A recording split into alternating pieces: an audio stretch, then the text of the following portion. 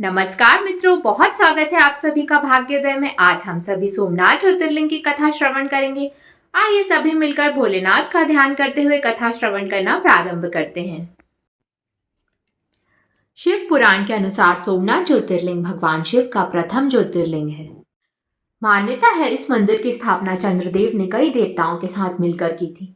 शास्त्रों के अनुसार इस मंदिर में भगवान शिव के दर्शन मात्र से ही भक्तों के सारे पाप नष्ट हो जाते हैं और भक्तों की सभी मनोकामनाएं शीघ्र पूर्ण होती हैं।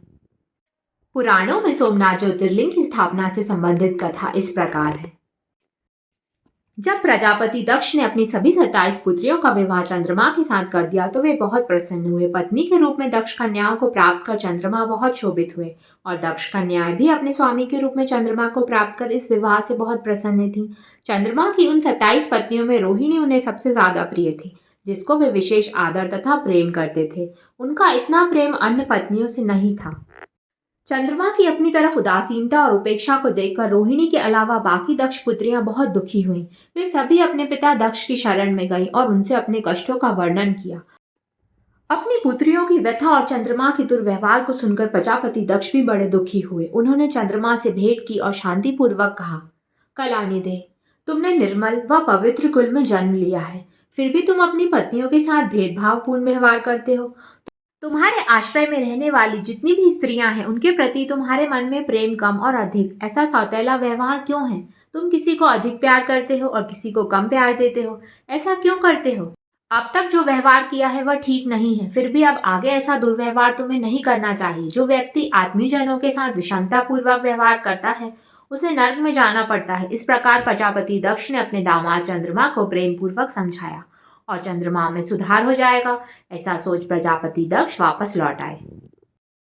इतना समझाने पर भी चंद्रमा ने अपने ससुर प्रजापति दक्ष की बात नहीं मानी।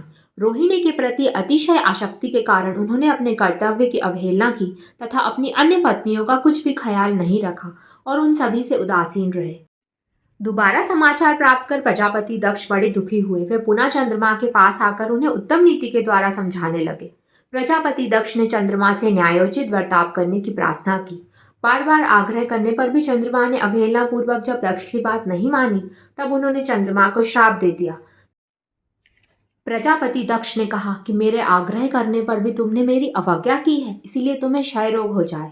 मैं तुम्हें श्राप देता हूँ। चंद्रमा के क्षीण होते ही सर्वत्र हाहाकार मच गया। सभी देवगण तथा ऋषिगण भी चिंतित हो गए। परेशान चंद्रमा ने अपनी अस्वस्थता तथा उसके कारणों की सूचना इंद्र आदि देवताओं तथा ऋषियों को दी। उसके बाद उनकी सहायता के लिए इंद्र आदि देवता तथा वशिष्ठ आदि ऋषिगण ब्रह्मा जी की शरण में गए। ब्रह्मा जी ने उनसे कहा कि जो घटना हो गई है उसे तो भुगतना ही है, क्योंकि प्रजापति दक्ष के निश्चय को पलटा नहीं जा सकता। उसके बाद ब्रह्मा जी ने उन देवताओं को एक उत्तम उपाय बताया। ब्रह्मा जी ने कहा कि चंद्रमा देवताओं के साथ कल्याणकारक शुभ प्रभास क्षेत्र में चले जाएं। वहां पर विधि पूर्वक शुभ मृत्युंजय मंत्र का अनुष्ठान करते हुए श्रद्धा पूर्वक भगवान शिव की आराधना करें। अपने सामने शिवलिंग की स्थापना करके प्रतिदिन कठिन तपस्या करें। इनकी आराधना और तपस्या से जब भगवान भोलेनाथ प्रसन्न हो जाएंगे तो वो इन्हें क्षय रोग से मुक्त कर देंगे। पितामह ब्रह्मा जी की आज्ञा को स्वीकार कर देवताओं और ऋषियों के संरक्षण में चंद्रमा देव मंडल सहित प्रभास क्षेत्र में पहुंच गए। वहां चंद्रदेव ने मृत्युंजय भगवान की अर्चना, वंदना और अनुष्ठान प्रारंभ किया। वे मृत्युंजय मंत्र का जप तथा भगवान शिव की उपासना में तल्लीन हो गए। ब्रह्मा जी की आज्ञा के अनुसार चंद्रमा ने 6 महीने तक निरंतर तपस्या की और वृषभ ध्वज का पूजन किया। 10 करोड़ मृत्युंजय मंत्र का जप तथा ध्यान करते हुए चंद्रमा स्थिर चित्त से वहां निरंतर खड़े रहे। उनकी तपस्या से भक्त वत्सल भगवान शंकर प्रसन्न हो गए। उन्होंने चंद्रमा से कहा, चंद्रदेव, तुम्हारा कल्याण हो। तुम जिसके लिए कठोर तप कर रहे हो उस अपनी अभिलाषा को बताओ। मैं तुम्हारी इच्छा के अनुसार तुम्हें उत्तम वर प्रदान करूंगा। चंद्रमा ने प्रार्थना करते हुए विनय पूर्वक कहा, देवेश्वर, आप मेरे सब अपराधों को क्षमा करें और मेरे शरीर के इस क्षय रोग को दूर करें। भगवान शिव ने तपस्या से प्रसन्न होकर चंद्रदेव से वर मांगने के लिए कहा। इस पर चंद्रदेव ने वर मांगा कि हे भगवान, आप मुझे इस श्राप से मुक्त कर दीजिए और मेरे सारे अपराध क्षमा कर दीजिए। इस श्राप को पूरी तरह से समाप्त करना संभव नहीं था, अतः मध्य का मार्ग निकाला गया। भगवान शिव ने कहा, चंद्रदेव, तुम्हारी कला प्रतिदिन एक पक्ष में क्षीण हुआ करेगी जबकि दूसरे पक्ष में प्रतिदिन वह निरंतर बढ़ती रहेगी। इस प्रकार तुम स्वस्थ और लोक सम्मान के योग्य हो जाओगे। भगवान शिव का कृपा रूपी प्रसाद प्राप्त कर चंद्रदेव बहुत प्रसन्न हुए। शिव जी उनकी दृढ़ भक्ति को देखकर साकार लिंग रूप में यहाँ प्रकट हुए और यह स्थान संसार में सोमनाथ ज्योतिर्लिंग के नाम से प्रसिद्ध हुआ। चंद्रदेव ने सभी देवताओं के साथ मिलकर श्राप से मुक्त होने के बाद भगवान शिव से प्रार्थना की। उन्होंने कहा, प्रभु आप माता पार्वती के साथ हमेशा के लिए यहाँ निवास करें।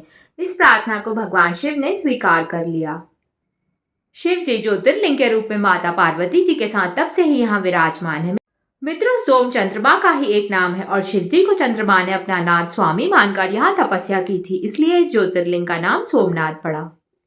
मित्रों, आइए हम सभी एक बार भोलेनाथ का जयकारा लगाते हैं। सभी साथ में बोलिए, ओम नमः शिवाय, हर हर महादेव। अगर आप सभी को ये कहानी पसंद आई हो तो वीडियो को लाइक अवश्य कीजिए, वीडियो को शेयर कीजिए, कमेंट बॉक्स में ओम नमः शिवाय अवश्य लिखिए। चैनल भाग्योदय को सब्सक्राइब कीजिए। भाग्योदय के साथ जुड़ने के लिए आप सभी का बहुत बहुत आभार। धन्यवाद।